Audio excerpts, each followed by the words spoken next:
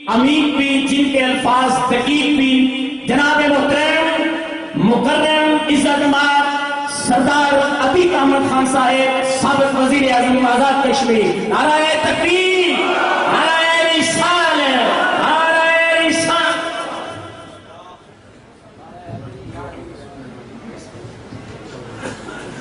نحمد و نصلی علی رسول الکریم۔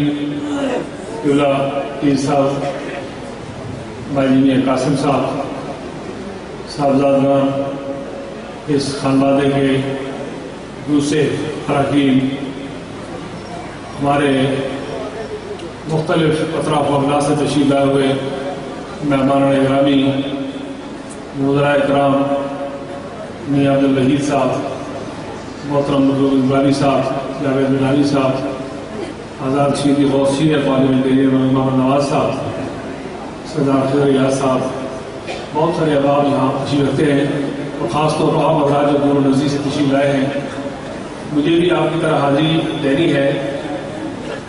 ظاہر رضا صاحب نے کچھ کلمات خیر کہہ دیے کہ اس کے بعد کچھ بات کرنے کا سلسلہ بھی ذرا مشکل ہو رہا ہے۔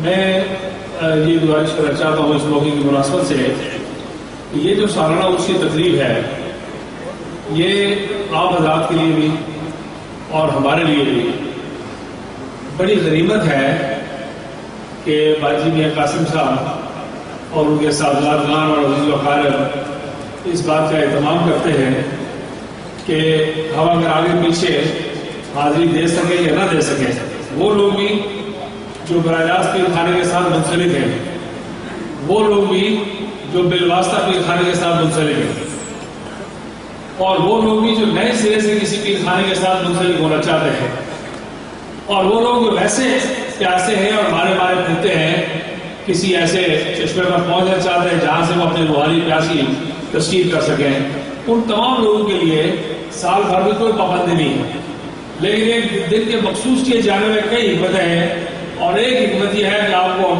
کو سال پہلے یہ بات معلوم ہوتی ہے کہ آپ یہاں حاضر ہوں، اور اس موقع کی مناسبت سے ہم جو ہے ان فیوز و برکات سے مستفید ہو سکیں۔ اسی طرح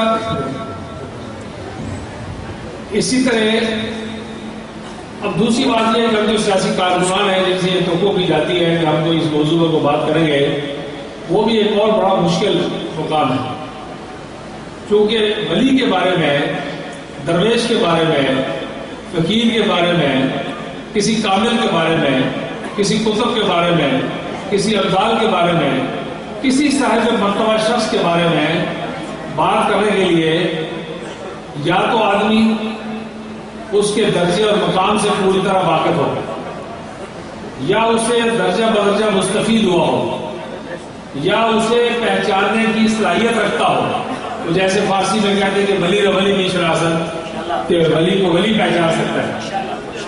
اب جس طرح عام آدمی ایک قیمتی پتھر کو نہیں پہچانتا، اور وہ پتھر آپ کسی سادہ آدمی دے جیسے آدمی کے پاس لے جائے وہ پتھر ہے، لیکن سنار کے پاس لے جائے تو وہ آپ کو بتائے گا کہ یہ بڑا قیمتی پتھر ہے، یہ ہیرا ہے۔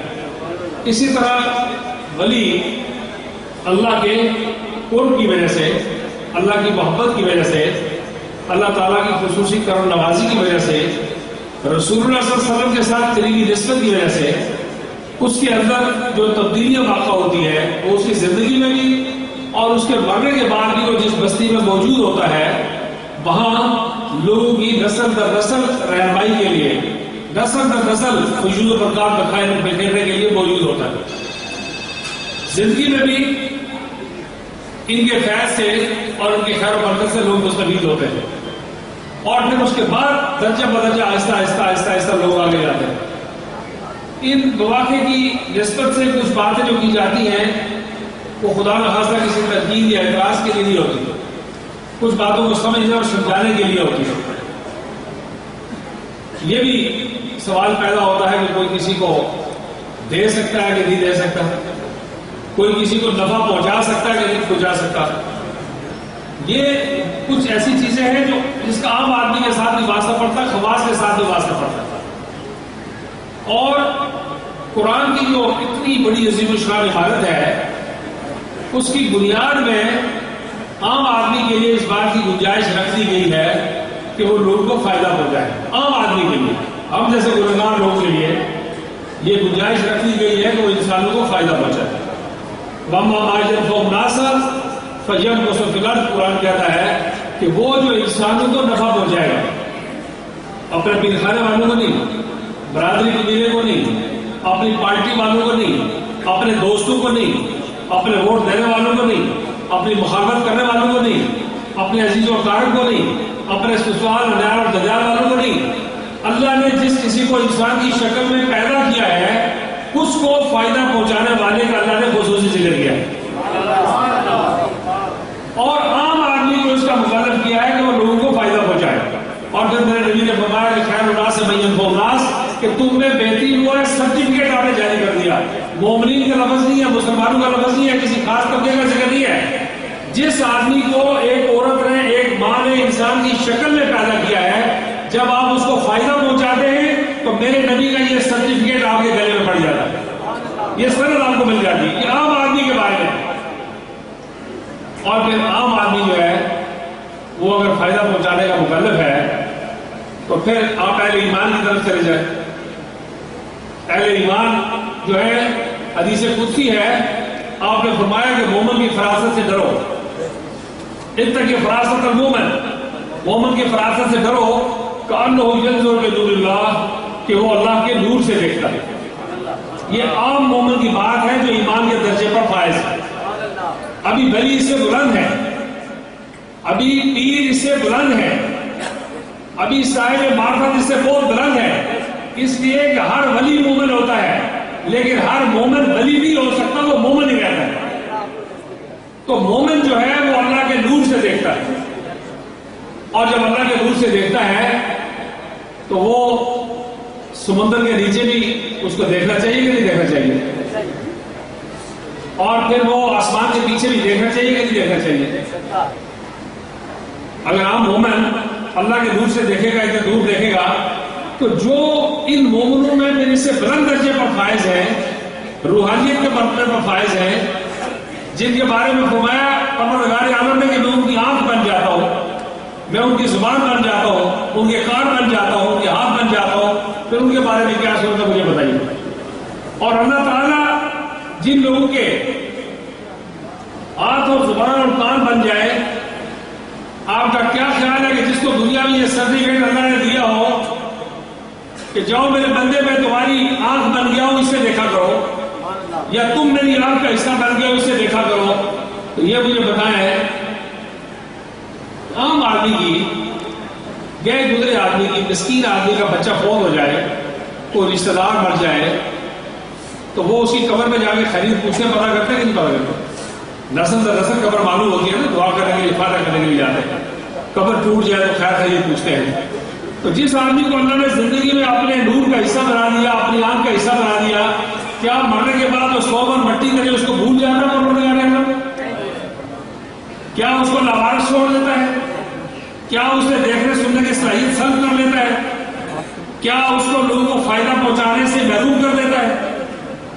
اور پھر جب فائدہ پہنچانے کی بات آتی ہے، یہ وزراء کرام بیٹھے ہیں، ملک صاحب نے ایک بات آپ کو بتائی، وہ ان کا لحاظ کر کے پوری نہیں بتائی، انہوں نے کہا کہ میرے پیر نے کہا کیا بننا ہے؟ وزیر بننا ہے۔ یہ 3-4 دفعہ رہ چکے ہیں، لیکن وہ گنتی میں ابھی 1-2 دفعہ سیدھے وزیر بننا باقی ہے۔ وہ جتنی بات کہہ کے چھوٹے تھے انہوں نے کہا کہ بالکل بننا ہے۔ یہ جو وزراء کرام کے دوست ہیں، جو وزیر اعظم کے دوست ہیں، جو صدر کے دوست ہیں، جو ڈی سی ایس پی کے دوست ہیں، ان کی معاشرے میں عزت ہے کہ نہیں ہے مجھے بتائیں؟ ہے نا؟ ایک لحاظ ہے نا، عام آدمی چاہتے تو پٹواری کا بھی کوئی دوست ہے تو اس کی بھی عزت ہے، کیونکہ سب سے زیادہ عزت ہی پٹواری کے دوست کی ہے، جسے زمین ہمیں بچا کے رکھنی ہو تو چارے کوئی نہیں ہوگا۔ تو مجھے یہ بتائیے کہ اگر تھندار کی دوستی کا اور وزیر کی دوستی کا فائدہ پہنچ سکتا ہے، ڈی سی ایس پی اور صدر وزیر اعظم کی دوستی کا فائدہ پہنچتا ہے، تو اللہ کے دوست کی دوستی کا فائدہ پہنچتا ہے کہ نہیں پہنچتا؟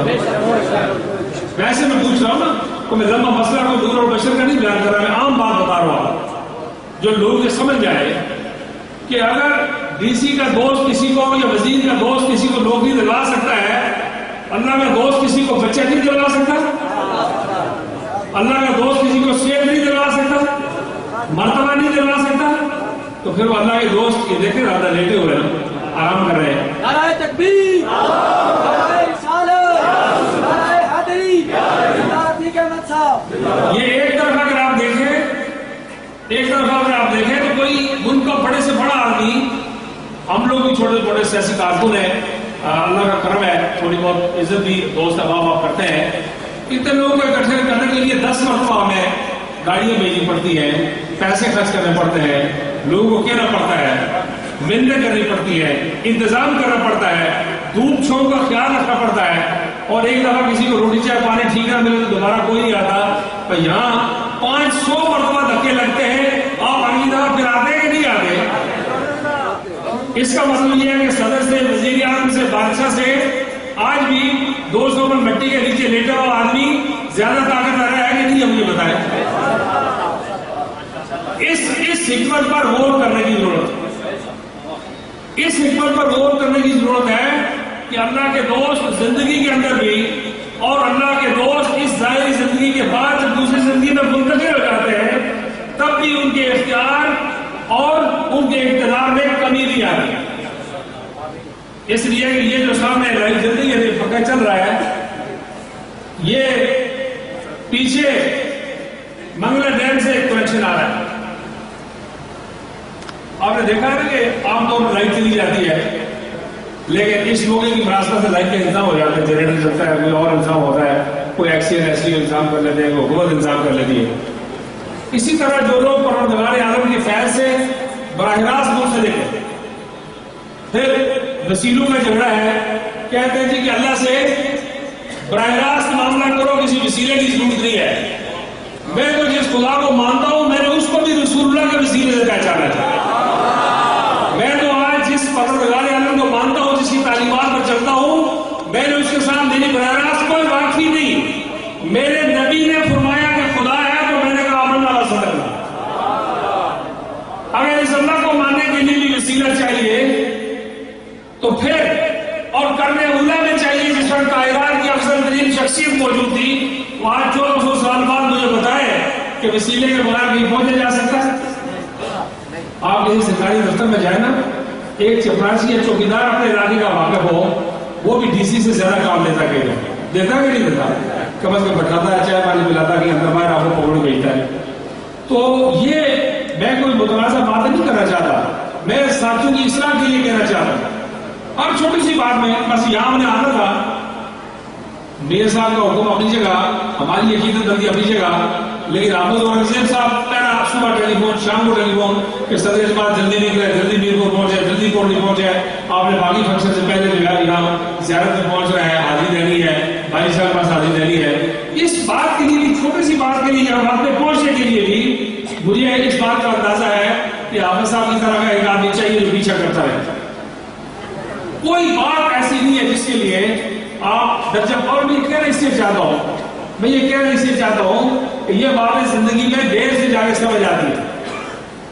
یہ باتیں زندگی میں دیر سے جا کے سمجھ آتی ہے. غازی صاحب ہمارے میرپور میں بڑے طاقتور شخص تھے اور غازی تھے، صحیح معنوں میں غازی تھے. کوٹلی مسجد کا تالا انہوں نے کھولا اور سخت نماز روزے کے پابند تھے، بڑا سخت اپنا مسلک رکھتے تھے. تو خاموشی سے ایک دن مجاہد اول نے انہوں نے ایک بات سنائی. انہوں نے کہا سردار صاحب ایک بات آپ کو سناتا ہوں مجاہد اول، لیکن اس کو پبلک میں شیئر نہیں کر سکتا اس لیے کہ ساری جوانی میری عورتیں ضروری ہے. تو انہوں نے کہا غازی صاحب کیا ہوا؟ انہوں نے کہا میرے بچے یہ ارشد اور انور کہیں گھر میں 2 فریم لے کے آ گئے، اور ایک میں لکھا تھا یا اللہ اور دوسرے میں لکھا تھا یا محمد. کہہ رہے میں کمرے میں گیا، بھائی صاحب وہ دیکھ آدمی تھے، اچھے آدمی تھے. کہہ رہے میں کمرے میں گیا تو میں نے وہ محمد کے ساتھ جو یا تھا وہ کھرچ کے اوپر پین پینسل پھیر کے مٹا دیا. مٹایا اس طرح کہ احتیاط سے بیٹھے، آرام سے بیٹھے تاکہ بچے ناراض بھی نہ ہو، پریشان بھی نہ ہو، لیکن دکھائی دیتا تھا کہ اس پہ کسی نے کوئی کاریگری کی ہے.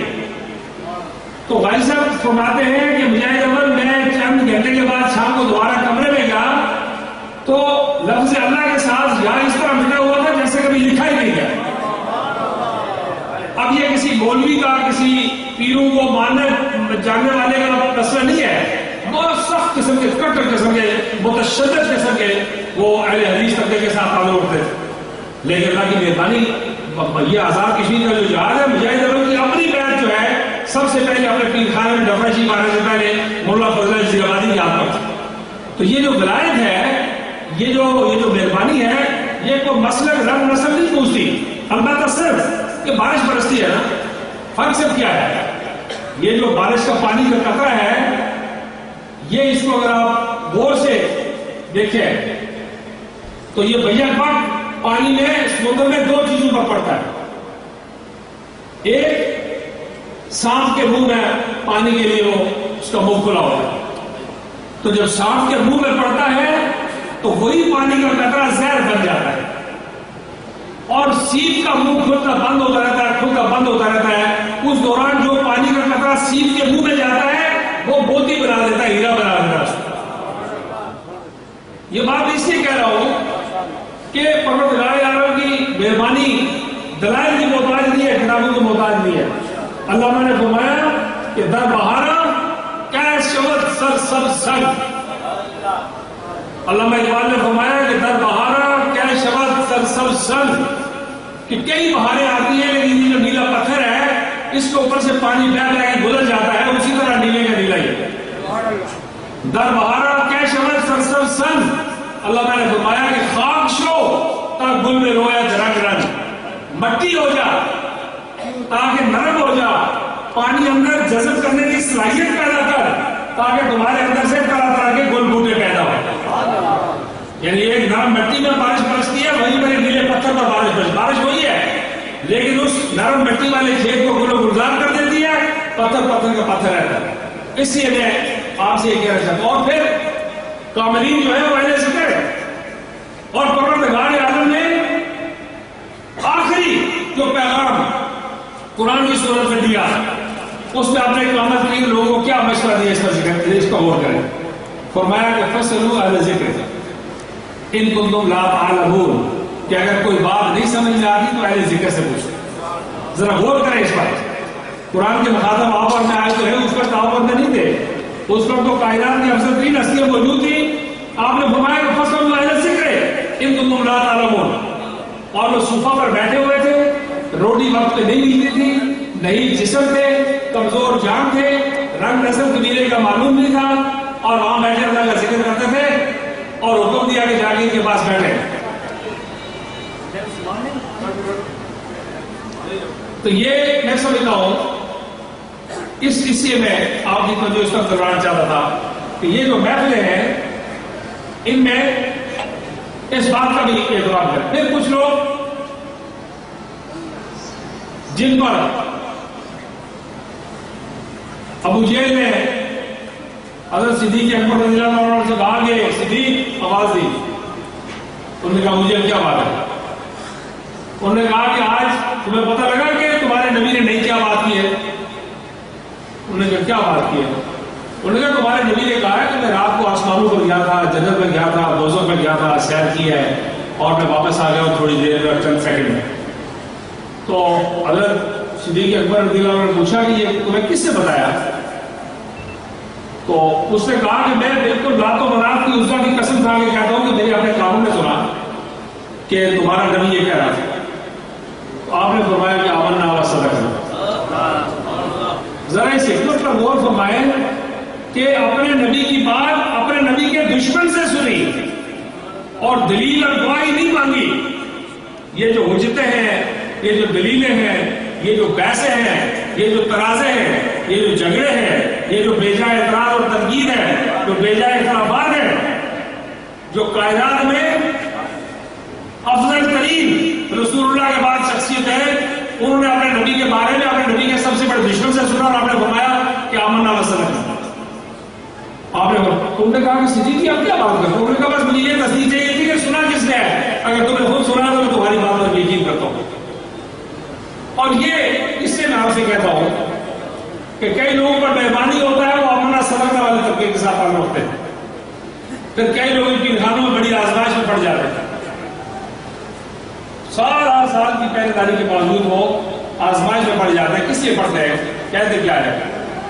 کہتے ہیں جی آؤ پیر صاحب ٹھیک تھے، بڑے باجی ٹھیک تھے، لیکن یہ صاحبزادے کو ٹھیک نہیں رہے، ان میں اس طرح کی کرامت نہیں ہے، کوئی بزرگی دکھائی نہیں دیتی.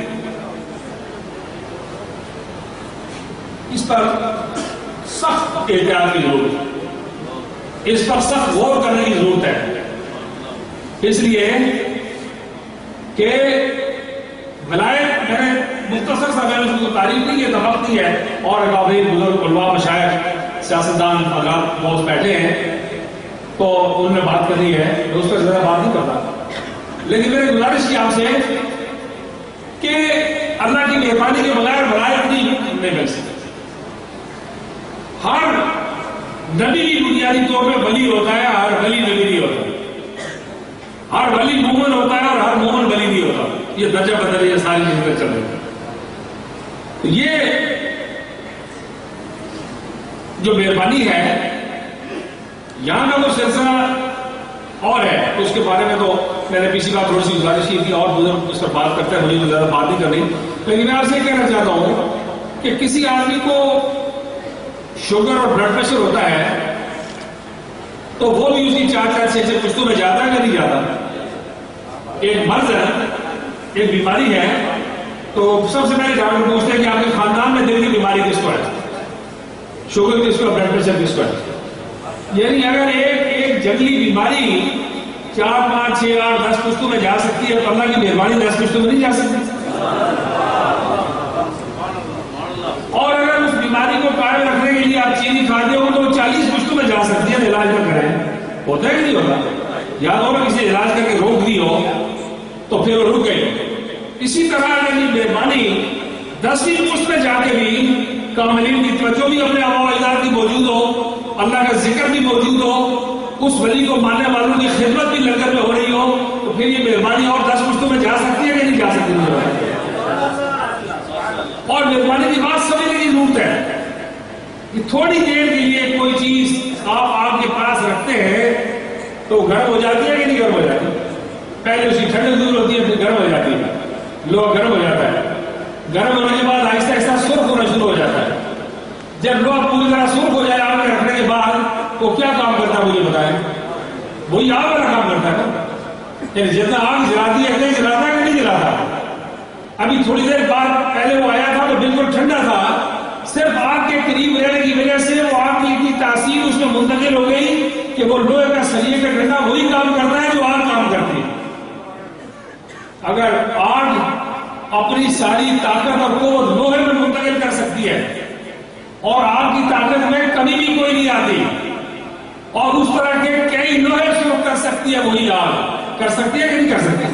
یہ آپ نے سنا لوہا کے پاس دیکھا ہوگا، اگر آگ کی تپش برقرار رہتی ہے اور درجنوں لوہے اس طرح کے گرم کر سکتی ہے تو خدا کی مہربانی کسی کو کرامت دے گے تو پیچھے کمی ہوتی ہے آپ کا خیال میں؟ اور پھر جو اس مرکز کے ساتھ براہ راست وابستہ ہو، رسول اللہ صلی اللہ علیہ وسلم قیامت تک کے لیے رحمت للعالمین بن کر تشریف لائے، اور پھر یہ سلسلہ رفتہ رفتہ جستہ جستہ سلسلہ صدیقیہ سے شروع ہوا، پھر مولانا کائنات مشکل کشا حضرت علی کرم اللہ پر جو ساری کائنات کی روحانیت کا مرکز بن کے رہنمائی کے لیے موجود ہے، اور پھر یہ سلسلہ آگے نقشبندیوں میں، قادیوں میں، چشتیوں میں، شاذلیوں میں، اویسیوں میں، بارشوں میں، فلاں فلاں فلاں فلاں بہت سارے سلسلے جو ہیں وہ موجود ہیں، اور یہ مسلسل یہ عمل سارا وقت جاری رہے گا۔ یہ جو رسول اللہ صلی اللہ علیہ وسلم کی ذات ہے جس پر آنے والوں کے لیے مہربانی کا ذریعہ ہے، یہ واحد نبی ہے۔ انبیاء نے رو رو کر دعائیں کی، موسیٰ علیہ السلام نے، عیسیٰ علیہ السلام نے رو رو کر اللہ سے دعائیں کی کہ پروردگار عالم آپ نے ہمیں نبی نہ بنایا ہوتا، آپ نے ہمیں رسول اللہ کی امت میں پیدا کیا ہوتا۔ یہ انبیاء کی معروف دعائیں ہیں، رو رو کے دعائیں کی کہ پروردگار عالم آپ نے ہمیں پیغمبری نہ دی ہوتی، نبوت نہ دی ہوتی، آپ نے ہمیں محمد رسول اللہ صلی اللہ علیہ وسلم کا امتی بنایا ہوتا۔ یہ جو آپ کا اور ہمارا ہمیں جو صدر نصیب ہے، اس کے لیے انبیاء نے بھی دعا مانگی۔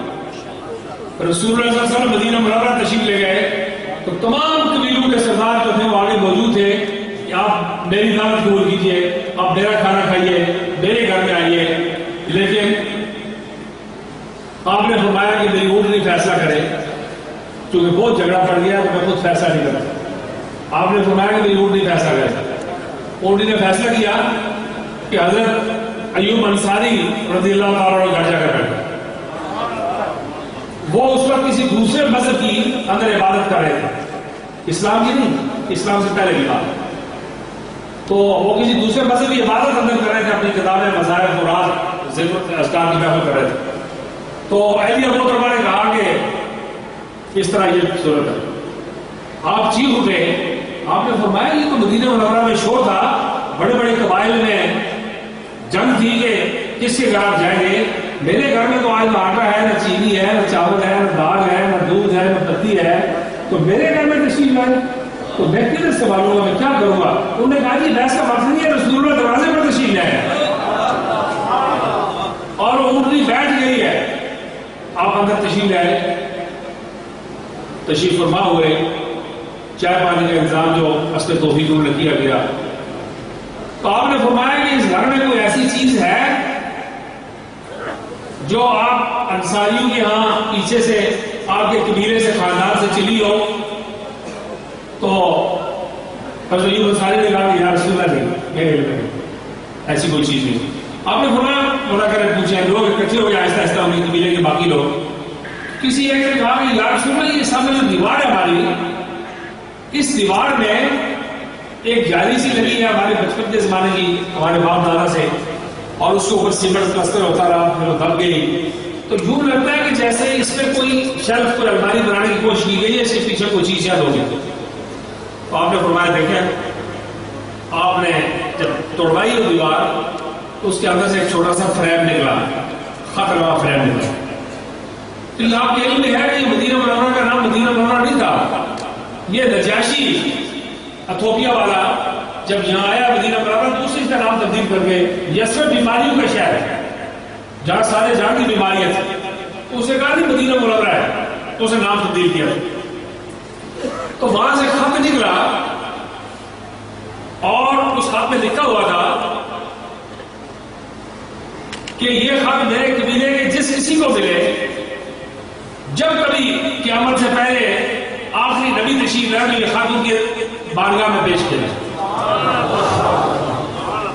تو نجاشی کا خط تھا, نجاشی بادشاہ.